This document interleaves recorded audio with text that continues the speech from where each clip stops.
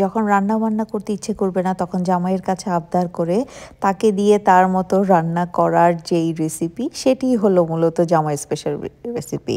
Hello everyone, welcome to my another blog. আশা করছি সকলে ভালো আছেন এবং সুস্থ আছেন। আজকের মেনুতে আপনাদের সাথে শেয়ার করতে যাচ্ছি কিভাবে জামাই স্পেশাল মাটন রান্না করবেন।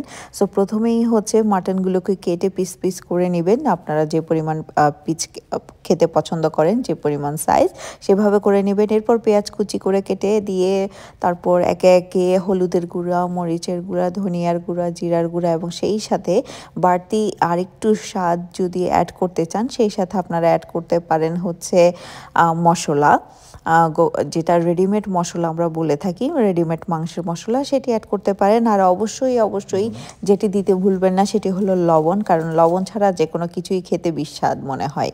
সো এরপর হচ্ছে কয়েকটি তেজপাতা এবং সেই সাথে আদা রসুনের পেস্ট দিয়ে দিবেন।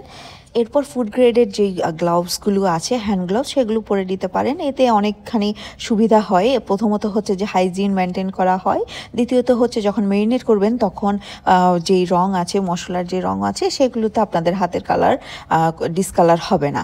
সো যাই হোক, হ্যান্ড গ্লাভস পরে আপনি ভালো করে সেই মাটনটাকে মেরিনেট করে নেবেন। এটা বেটার হয় যদি মেরিনেট করে কিছুক্ষণ রেখে দেওয়া যায়। সো এটা ডিপেন্ড করে আসলে সময়ের উপর, কার কতটুকু সময় আছে। সো যাই হোক, এরপর ট্রাই করেছি আমরা অলিভ অয়েল ইউজ করতে, কারণ আমরা ট্রাই করি যাতে অলিভ অয়েলটা আমরা খাবারে সব সময় খেতে পারি, যদিও অনেকের পক্ষে সেটা সম্ভব না। সো আমাদেরও মাঝে মাঝে সম্ভব হয়ে ওঠে না সব সময় অলিভ অয়েলটা কন্টিনিউ করা। সো সেক্ষেত্রে কিন্তু আপনারা যে কোনো সয়াবিন তেল কিংবা হচ্ছে যে রাইস ব্র্যান অয়েল অথবা সরিষার তেল ইউজ করতে পারেন। সো এটি নির্ভর করবে আপনাদের চয়েসের উপর।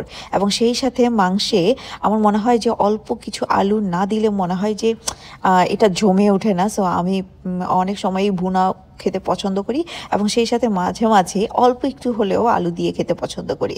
সো সেই জন্যই কয়েক পিস আলু এবং সেই সাথে মাশরুম, এটা আসলে অনেকেরই ফেভারিট একটা জিনিস আমি জানি। সো যারা এই মাশরুম খেতে পছন্দ করেন তারা সেই ক্ষেত্রে কয়েকটি আলু এবং মাশরুম অ্যাড করে এটার পরিমাণটাও বাড়াতে পারেন, সাথে এটা টেস্টটাও বাড়িয়ে দিতে পারেন। সো এরপর গরম গরম মাংসের সাথে গরম গরম পরোটা না হলে কি হয়। সো সেক্ষেত্রে পরোটাগুলো ভেজে নিয়ে তো অলমোস্ট মাংস হয়ে গেছে কিছুক্ষণ রান্না করার পরেই।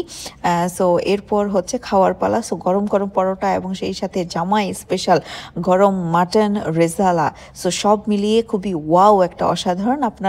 আপনারা নিজেদের মতো করেও ট্রাই করতে পারেন, কিংবা আপনাদের যখন হাজব্যান্ডের কাছে যখন আবদার করতে মন চাইবে তখন আপনারা তাদেরকে শেয়ার করতে পারেন।